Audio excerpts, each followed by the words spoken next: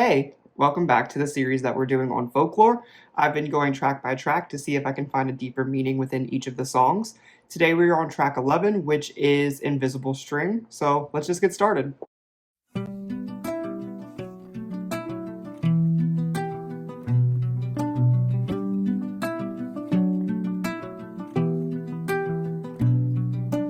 Green was the color of the grass where I used to read at Centennial Park.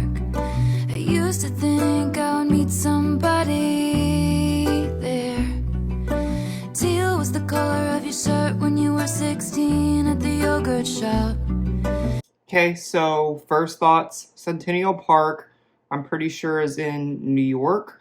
I think I've also been to a version of a Centennial Park in Atlanta, Georgia, but I doubt she's referring to Georgia, to be honest, but who knows, maybe she is. Teal was the color of the shirt when you were 16 at the yogurt shop.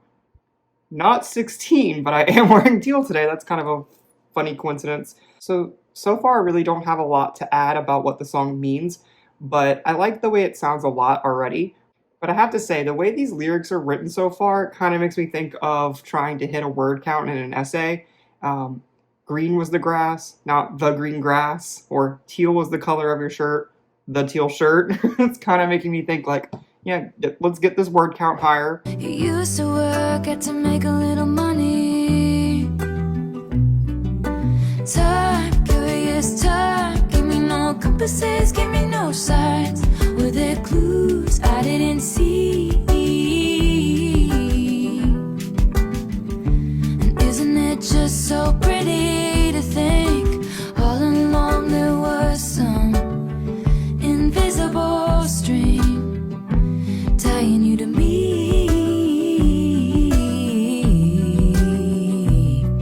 Okay, so first of all, I really like the plucking in this song, and I think that was a really sentimental chorus. It's actually very heartwarming.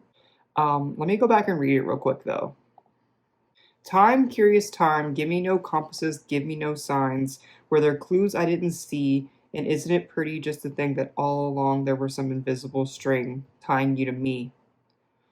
Okay, so that's definitely something about like the butterfly effect or fate, kind of in a way, because the butterfly effect says that whatever I'm doing over here is affecting whatever's going on somewhere else, and like what you've been doing is leading up to the moment where you meet or something like that. I thought of the butterfly effect in another one of her songs before. It wasn't as similar of a storyline to me, but I want to say it was on Midnights, and I want to say it was one of the 3 a.m. tracks. I just went back and looked. It was Bigger Than the Whole Sky that I thought that about, kind of like this whole fate kind of thing. But this one's a much more positive outlook, I think, than compared to the other song. But yeah, let's just keep going. Ooh.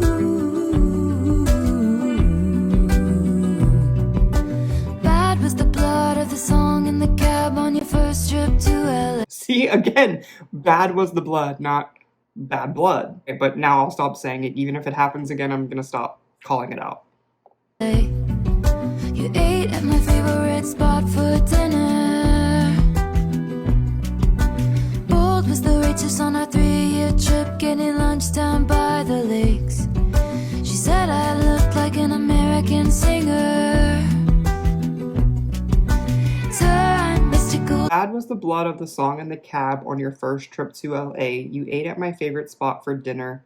Bold was the waitress on our 3-year trip getting lunch down by the lakes. She said I looked like an American singer.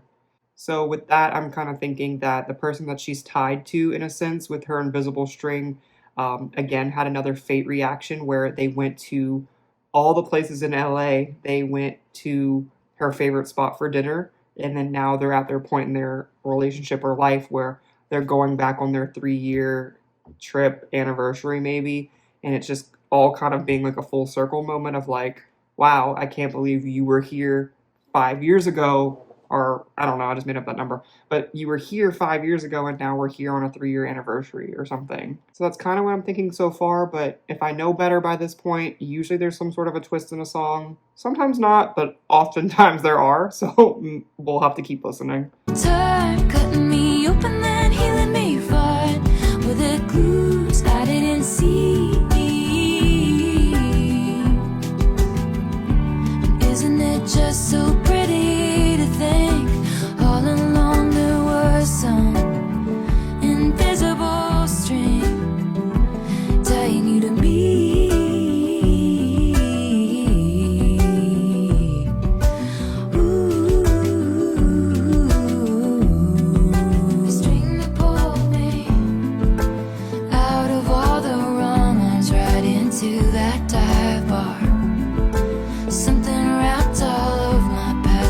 stakes and barbed wire, chains around my deep. A string that pulled me out of all the wrong arms right into that dive bar. Something wrapped up all of my past mistakes in barbed wire. With that, sounds like they met at a dive bar, and it's just saying that. Kind of makes me think of like the Highway of Broken Hearts thing. I don't know if anyone knows that reference. Maybe I got the reference wrong, but it's something to where like you leave a trail of heartbreak in your wake of something.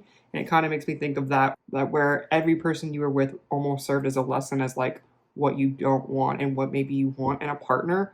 And after every single heartbreak or just breakup, you just realize what works for you. Then it led her to this fate interaction where maybe this person has all the qualities that she's been like checking off essentially after each relationship, and that's kind of the arms that she's getting let go from. Men's wool to brave the seasons. One single thread of gold tied me to you.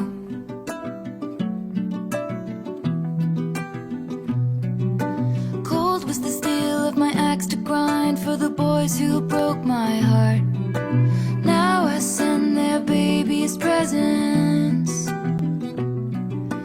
Gold was the color of the. Okay, that's interesting. I'm gonna ignore this part. Cold was the steel of my axe to grind.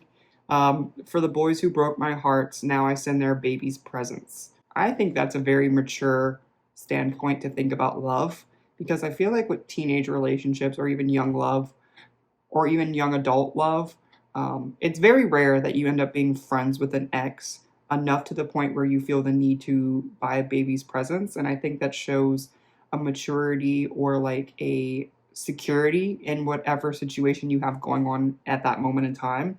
Might not be a relationship, because if you feel secure in your life at that point to do that, that just tells me that you are at a point in your life in which you are content. Leaves when I showed you around Centennial Park. Hell was the journey, but it brought me heaven. I might have been wrong about the twist, but it's kind of going into that full circle moment where it's saying gold was the color of the leaves when I showed you around Centennial Park. Time, wondrous time, give me the blues and then purple pink skies. And it's cool, baby, with me. And isn't it just so pretty to think all along there was some invisible string tying you to me.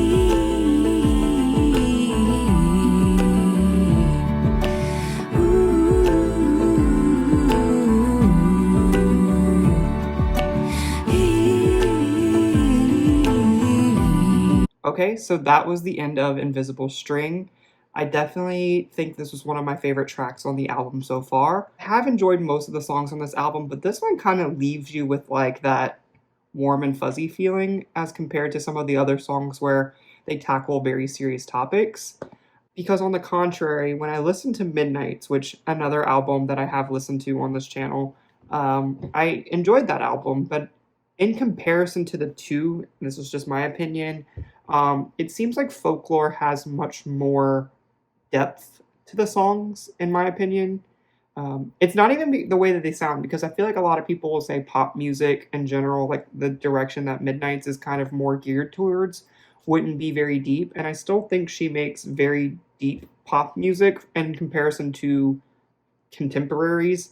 But I have to say that it seems like Folklore has a much higher, I don't want to say standard, but has a much higher threshold when it comes to storytelling. And like I said, I've been enjoying this overall, but this definitely is up there on my favorite tracks. In regards to like what I think it's about, I think I've said it enough already in this video. I think this one's a pretty simple, cut and dry, to the point, but delivering its point exactly in the way it meant to. I'd love to know if you have any thoughts on this song, but thanks for watching.